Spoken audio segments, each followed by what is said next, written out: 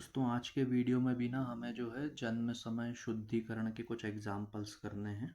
ठीक है, तो हमें आज फिर से क्या करना है, BTR करना है, birth time rectification, KP astrology के हिसाब से। ठीक है, तो अब क्या होगा, जैसे कि जो भी ज्योतिषी हैं, ज्योतिषी के पास में जातक आएगा। जातक क्या लेके आएगा साथ में, अपना जन्म विवरण, date of birth, time of birth, place of birth. ठीक है,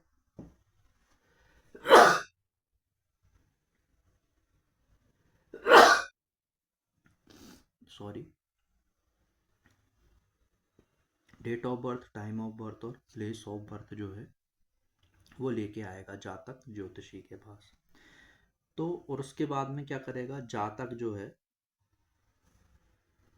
वो अपना प्रश्न पूछेगा। उसका प्रश्न जो है वो किसी भाव से संबंधित होगा। ये जो भाव है, इस भाव का जो उपनक्षत्र स्वामी ग्रह है, ये प्रश्न समय के जो रूलिंग प्लैनेट्स होंगे, शासक ग्रह होंगे,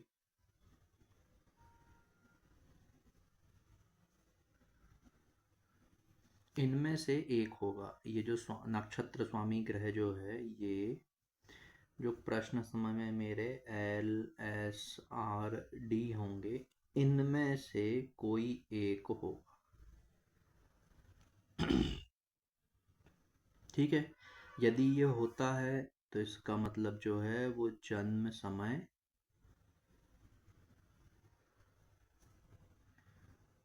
वो सही। यदि ऐसा नहीं होता, यदि ऐसा नहीं होता है, मान लीजिए, ठीक है, अब नहीं होता है का क्या मतलब है कि पहले हम ये देख लेते हैं कि सबसे पहले जो नक्षत्र है उसका स्वामी केतु होता है। केतु के बाद में फिर शुक्र का नक्षत्र आता है, फिर सूर्य का आता है, फिर चंद्रमा का आता है, फिर मंगल का आता है, फिर राहु का आता है, फिर गुरु का आता है, फिर शनि का आता है और फिर जो है बुध का आता है। इस तरह से चलते हैं ना क्रम नक्षत्र के। ठीक है, अब इसी हिसाब से क्या होंगे, हमारे उप नक्षत्र भी होंगे। मान लीजिए यदि सूर्य का नक्षत्र है तो उसमें सबसे पहला उप नक्षत्र जो है वो सूर्य का होगा, फिर चंद्रमा का, फिर मंगल का, फिर राहु का, फिर गुरु का, फिर शनि का, फिर बुध का, फिर केतु का और फिर शुक्र का। इस तरह से होंगे। यदि राहु का नक्षत्र है तो उसमें सबसे पहला उप नक्षत्र राहु का होगा, फिर गुरु का, फिर शनि का, फिर बुध का, फिर केतु का, फिर शुक्र का, फिर सूर्य का, फिर चंद्रमा का, फिर मंगल का। ठीक है। तो यदि ऐसा नहीं होता है तो प्रश्न समय के जो हमारे रूलिंग प्लैनेट्स हैं, मान लीजिए कि मरकरी, केतु, सन और सैटर्न है। तो मरकरी मतलब कि बुध, केतु, सूर्य और जो है मेरा शनि है। ये है मेरे रूलिंग प्लैनेट। तो यदि जन्म समय में थोड़ा अंतर है, सही है तो ठीक है। यदि अंतर है, जातक ने जो हमें समय बताया है उसमें 3 मिनट या मान लीजिए 2 मिनट भी है, ऐसा कुछ अंतर है, 5 मिनट का अंतर है, कुछ इस तरह का यदि अंतर है, तो क्या होगा कि जो हमें जो प्रश्न भाव का उपनक्षत्र स्वामी ग्रह मिलेगा, यदि वो रूलिंग प्लैनेट में नहीं मिलता है तो रूलिंग प्लैनेट जो है उनके अगल बगल में मिल जाएगा। मतलब क्या हो सकता है, वो शुक्र हो सकता है, या फिर जो है वो चंद्रमा हो सकता है, या फिर जो है वो गुरु हो सकता है। इस तरह से होंगे तो हमें क्या होगा, उनके जो भी हमारे रूलिंग प्लैनेट हैं उनके इमीडिएटली बाद या पहले वाला जो है वो हमारा क्या होगा, उपनक्षत्र स्वामी होगा। तो यदि मान लीजिए शुक्र अगर हमें मिलता है, थोड़ा सा समझिएगा यहाँ पर, शुक्र अगर हमें जो है वो रूलिंग प्लैनेट, यदि वो सॉरी शुक्र जो है यदि वो प्रश्न भाव का उपनक्षत्र स्वामी मिलता है, तो शुक्र के ऊपर केतु है और बाद में सूर्य है, दोनों ही जो है हमारे रूलिंग प्लैनेट में मौजूद है। लेकिन अगर हम देखेंगे तो जो केतु है वो ज़्यादा पावरफुल है, तो हम क्या करेंगे, प्रश्न भाव का जो उपनक्षत्र स्वामी ग्रह है उसे हम शुक्र की जगह जो है केतु सेट कर देंगे। शुक्र की जगह हम क्या सेट कर देंगे, शुक्र की जगह हम उसे केतु सेट कर देंगे। और फिर उपनक्षत्र स्वामी मतलब कि सब लॉर्ड जो है वो हमने केतु सेट कर दिया, और उसके बाद में जो सब लॉर्ड होगा केतु के बाद में अगर हम देखेंगे तो सबसे ज़्यादा पावरफुल क्या है, यहाँ पर मरकरी है, तो वो हम बुध को सेट कर देंगे।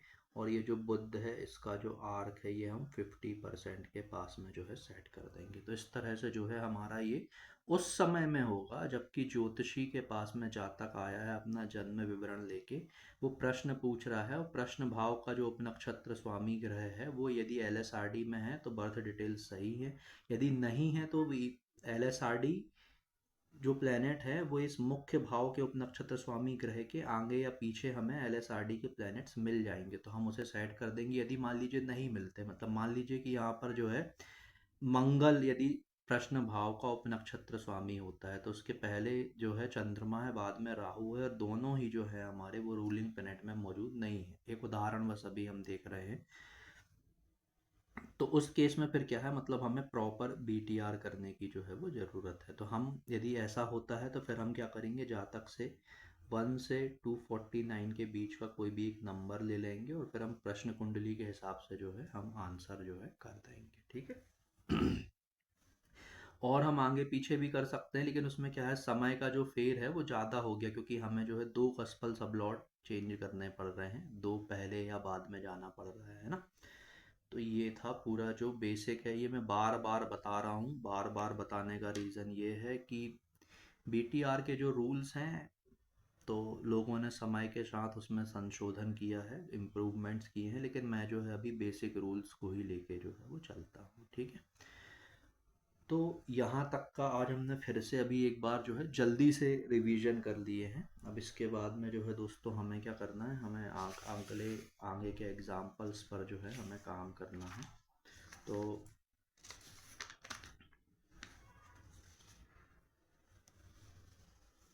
ये हमारा एग्जाम्पल है दोस्तों एक और, ठीक है, एग्जाम्पल 2, जिसमें जो जन्म है वो 10:30 से 12:20 के बीच में जो है वो जन्म हुआ है। 10:30 से 12:20 के बीच में जो है वो जन्म हुआ है, 10:30 AM से 12:20 PM तक।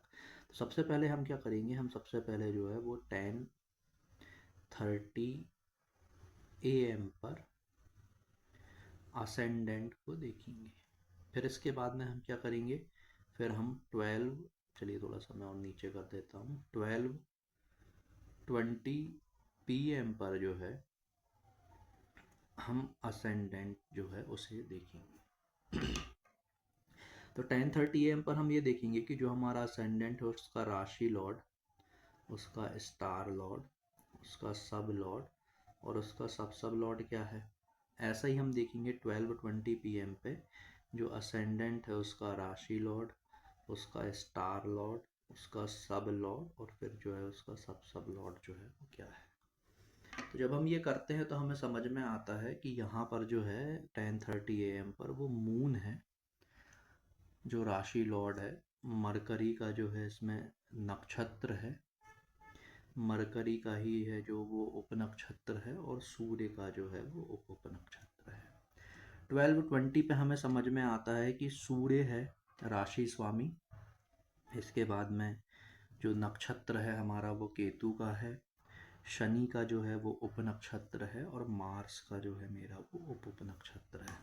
अब आप देखेंगे दोस्तों तो यहाँ पर 10:30 से 12:20 के बीच में जो है ये लगन भी बदल रहा है। मतलब मेरा LSRD में इन दोनों में से जो भी मेरा रूलिंग प्लैनेट में आएगा वो मेरा लगन होगा। यदि दोनों ही आ जाते हैं तो जो ज़्यादा पावरफुल होगा, जिसकी ज़्यादा वरीयता होगी, उसे जो है मैं चूज़ कर लूँगा।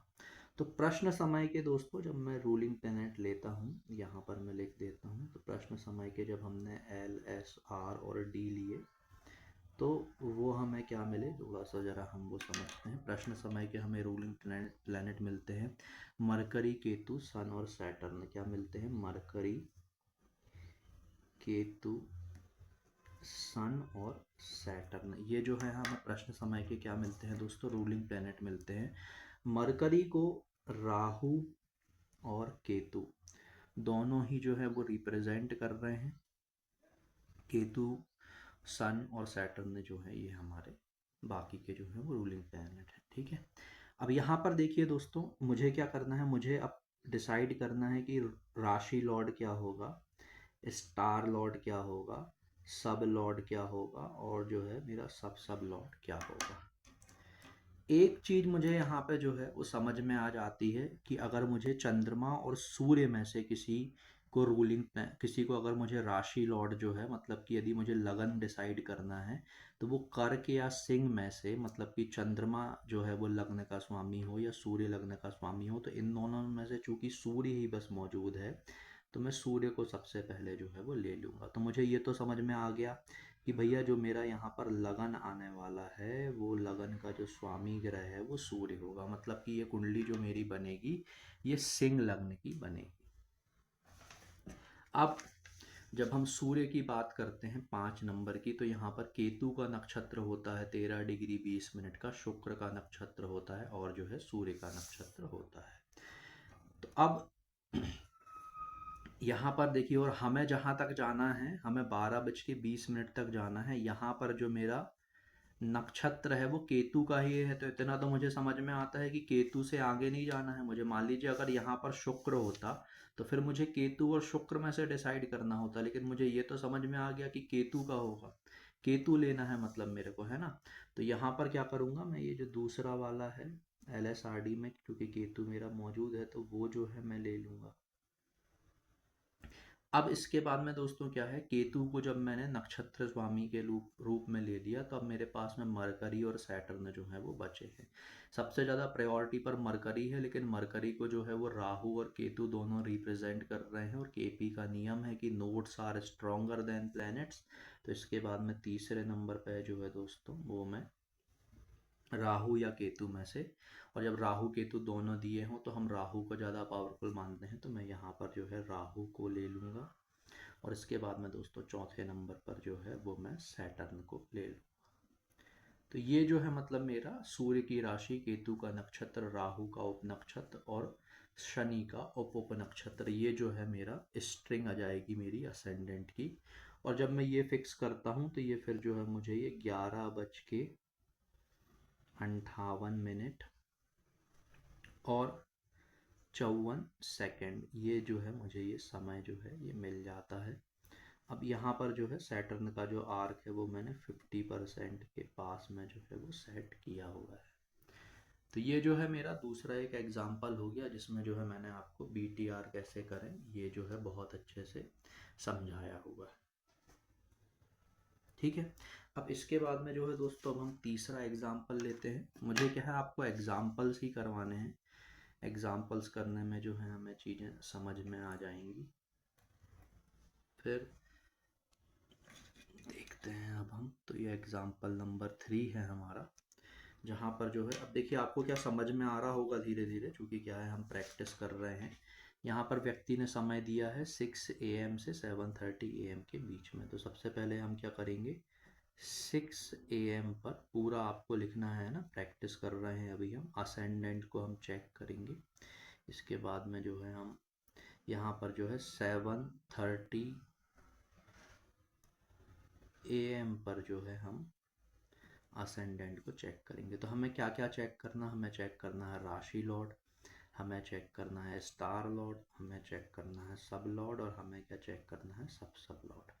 7:30 AM पर भी हमें चेक करना है राशि लॉर्ड, हमें चेक करना है स्टार लॉर्ड, हमें चेक करना है सब लॉर्ड और हमें जो है वो चेक करना है सब लॉर्ड। ठीक है, अब इसके बाद में अगर हम देखें तो 6 बजे जो है दोस्तों, जो मुझे राशि लॉर्ड, स्टार लॉर्ड, सब लॉर्ड और सब लॉर्ड मिल रहे हैं, ये मुझे मिल रहे हैं जुपिटर, इसके बाद में जो है वीनस, और इसके बाद में जो है मेरा राहु, और इसके बाद में जो है मेरा वीनस है। जुपिटर, वीनस, राहु, वीनस, फिर इसके बाद में जो है मेरा ये है यहाँ पर सैटर्न, मून, फिर राहु, और फिर जो है मेरा ये है मरकरी। ठीक है। अब जब मैं ये BTR कर रहा था उस समय के यदि मैं LSRD लेता हूँ तो मुझे LSRD क्या मिल रहे हैं वो भी जो है मैं यहाँ पे लिख देता हूँ। मुझे LSRD दोस्तों उस टाइम पे मिले थे वीनस, सन, सैटर्न, मरकरी। वीनस, सन, सैटर्न, मरकरी। ठीक है। अब यहाँ पर अगर हम देखेंगे दोस्तों तो 6 बजे से 7:30 बजे के बीच में जो है लगन बदल रहा है, जुपिटर और सैटर्न, है ना। ये जो है मतलब मुझे मिल रहा है, मतलब ये जो है मेरा ये 9 नंबर का लगन है, और ये जो है मेरा ये 10 नंबर का लगन है। तो जुपिटर और सैटर्न में से जो ग्रह मेरा रूलिंग प्लैनेट में होगा वो जो है मेरा लगन होगा। यदि दोनों ही होते हैं तो जो ज़्यादा पावरफुल होगा उसके हिसाब से जो है मैं लगन को डिसाइड कर लूँगा। तो यहाँ पर जुपिटर तो नहीं है दोस्तों, है ना। अब हम देख लेते हैं हमें क्या लिखना है। हमें लिखना है राशि लॉर्ड, हमें जो है वो लिखना है स्टार लॉर्ड, हमें जो है वो लिखना है सब लॉर्ड, और हमें जो है लिखना है वो सब लॉर्ड। अब यहाँ पर मुझे ये तो समझ में आ गया कि जो मेरी 10 नंबर की राशि है, चूंकि यहाँ पर सैटर्न है, जुपिटर तो है नहीं, तो मुझे ये चीज़ समझ में आ गई कि बॉस जो मेरा राशि लॉर्ड होगा वो तो सैटर्न ही होने वाला है। अब 10 नंबर की जो दोस्तों मेरी राशि होती है, 10 नंबर की राशि में सूर्य का, चंद्रमा का और मंगल का जो है वो नक्षत्र होता है। अब देखिए ये कहाँ तक जा रहा है, चंद्रमा का। तो 10 नंबर की राशि में सूर्य का नक्षत्र मतलब कि मेरा पूरा कवर हो रहा है, और फिर ये चंद्रमा के नक्षत्र तक हम जा रहे हैं। सूर्य और चंद्रमा में से मुझे कोई एक ग्रह को जो है वो नक्षत्र में क्या है रखना है, नक्षत्र के रूप में। ठीक है। तो अब अगर हम यहाँ पर देखेंगे, देखिए मुझे सूर्य और चंद्रमा में से जो है वो डिसाइड करना है। सूर्य यहाँ पर है लेकिन यहाँ पर चंद्रमा जो है वो नहीं है। मतलब मुझे ये तो समझ में आ गया कि जो मेरा नक्षत्र स्वामी ग्रह होगा वो जो होगा मेरा क्या होगा, सूर्य होगा। तो शनि की राशि में सूर्य के नक्षत्र में जो है ये मैंने डिसाइड कर लिया। इसके बाद में दोस्तों अब मुझे सब लॉर्ड और सब लॉर्ड रखना है। तो अब जो दोनों ग्रह मैंने ले लिए उसके बाद में सबसे ज़्यादा जो वरीयता बचती है बचे हुए ग्रहों में वो वीनस की बचती है। तो मैं वीनस को यहाँ पर ले लूँगा, ये मेरा 3 नंबर में आ जाएगा, और बचेगा मरकरी, मरकरी को मैं लास्ट में ले लूँगा। तो ये जो है मेरा ये मरकरी हो जाएगा। और जैसा कि मैं आपको बार बार बताता जा रहा हूँ, मरकरी का जो आर्क है वो हम 50% पर जो है वो सेट कर देंगे। तो ये दोस्तों जब हम करते हैं तो हमें जो यहाँ पर समय मिलता है वो हमें मिलता है 7:18, और फिर जो है मेरा ये 36 सेकेंड का जो है वो मुझे समय मिल जाता है। ठीक है। तो ये जो है दोस्तों मैंने आपको क्या किया, अभी एक और जो है वो BTR करके बताया हूँ। तो ये BTR भी जो है मतलब आपसे जो है बनना चाहिए। ठीक है। तो इस तरह के ना ये एग्जाम्पल्स हैं जन्म समय शुद्धिकरण के। तो आप लोग जो है इन एग्जाम्पल्स की प्रैक्टिस करिए। प्रैक्टिस जब आप करेंगे तो धीरे धीरे जो है चीज़ें जो हैं आपको समझ में आने लगेंगी, अच्छे से जो है आपको वो बनने लगेंगी। ठीक है। इसके बाद में अब जो है हम एक और एग्जाम्पल ले लेते हैं दोस्तों। देखता हूँ वो मैं एग्जाम्पल कहाँ पे है, शायद इसी में ही जो है वो पीछे की तरफ होगा। तो हम ये मतलब हमारे टोटल 4 एग्जाम्पल, पिछले वीडियो में मैंने आपको एक एग्जाम्पल करवाया था। उस टाइम पे हालांकि क्या मैंने थ्योरी जो है वो बहुत डिटेल में एक बार और बता दी थी। बताने का रीज़न सिर्फ ये था दोस्तों क्योंकि जो व्यूअर्स हैं हमारे रिस्पेक्टेड व्यूअर्स, उन्होंने KP अलग अलग जगहों से पढ़ी होगी। तो क्योंकि समय के साथ ज्योतिष जो है वो विज्ञान है, समय के साथ उसमें जैसे विज्ञान में नित्य नए अनुसंधान होते हैं तो ज्योतिष में भी होते हैं। तो लोगों ने कोई अलग मेथड पढ़ी है तो उनको ये लगता था कि शायद मैं गलत तो नहीं बता रहा, जो मैं थ्योरी यहाँ पर डिस्कस कर रहा हूँ कि हम इस तरह से जन्म समय शुद्धिकरण कर सकते हैं। तो मतलब ये गुरुदेव श्री सहाशनय जी की किताब में दी हुई है ये मेथड, जो मतलब मैं यहाँ पे पढ़ा रहा हूँ। तो उस हिसाब से मैंने सीखा है, और जो हमारी ओरिजिनल केपी है उसमें इसी तरह से जो है बीटीआर किया जाता है। 4 रूलिंग प्लैनेट को लेकर, यदि 4 में डुप्लीकेसी होती है तो फिर जो है हम 5वां रूलिंग प्लैनेट, जो कि मेरा लग्न का नक्षत्र स्वामी है, उसे जो है हम देते हैं। ठीक है, वो सबसे ज़्यादा प्रायोरिटी वाला होता है। तो यहाँ पर देखिए दोस्तों, अब यहाँ पर भी क्या है कि 8:30 बजे से 12:40 के बीच में जो है मतलब जो जन्म हुआ है। तो सबसे पहले हम क्या करेंगे, जो अभी तक हम करते आ रहे हैं, हम सबसे पहले जो है वो 8:30 AM पर चेक करेंगे असेंडेंट को। इसके बाद में समझिएगा दोस्तों, 8:30 के बाद में जो है फिर हम 12:40 PM पे देखेंगे जो है हम असेंडेंट को। देखना क्या है, हमें देखना है कि इस समय राशि लॉर्ड, स्टार लॉर्ड, सब लॉर्ड और सब लॉर्ड। अब देखिए यहाँ पर क्या है ना, मैं आपको यहाँ पर एक चीज़ बता दूं कि लोगों के नाम वगैरह जो है मैंने जन्म स्थान वगैरह नहीं लिखे हैं। मैंने बस ये बताया कि जन्म समय इतने से इतने के बीच का है। मतलब यहाँ पर क्या है, उनका जन्म दिनांक भी होगा, जन्म स्थान भी होगा। ये मैं वर्तमान समय के हिसाब से बात नहीं कर रहा हूँ। मान लीजिए जातक का जो जन्म है वो 1 दिसंबर 1990 को हुआ है, और मान लीजिए जो जन्म स्थान है वो मान लीजिए मुंबई है। ठीक है, तो एक जो है मेरा वो अगस्त 1990 को मुंबई में सुबह 8:30 पर जो है वो राशि लॉर्ड, स्टार लॉर्ड, सब लॉर्ड मैं लिख रहा हूँ।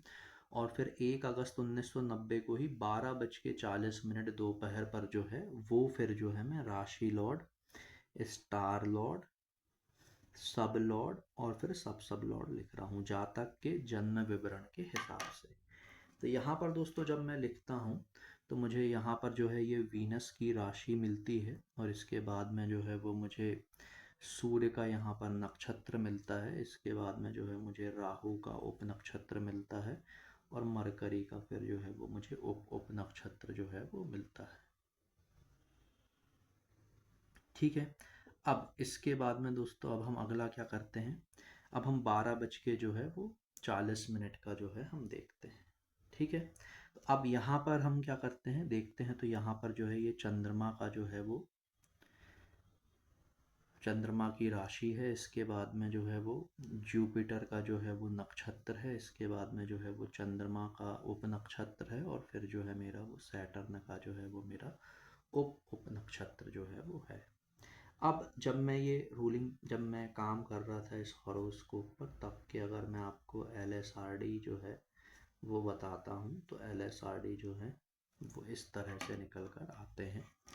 तो एल जो है मेरा ये मार्स है, फिर इसके बाद में जो है मेरा एल जो है मेरा दोस्तों ये गलत लिख दिया मैंने, ये जो है मेरा मरकरी है।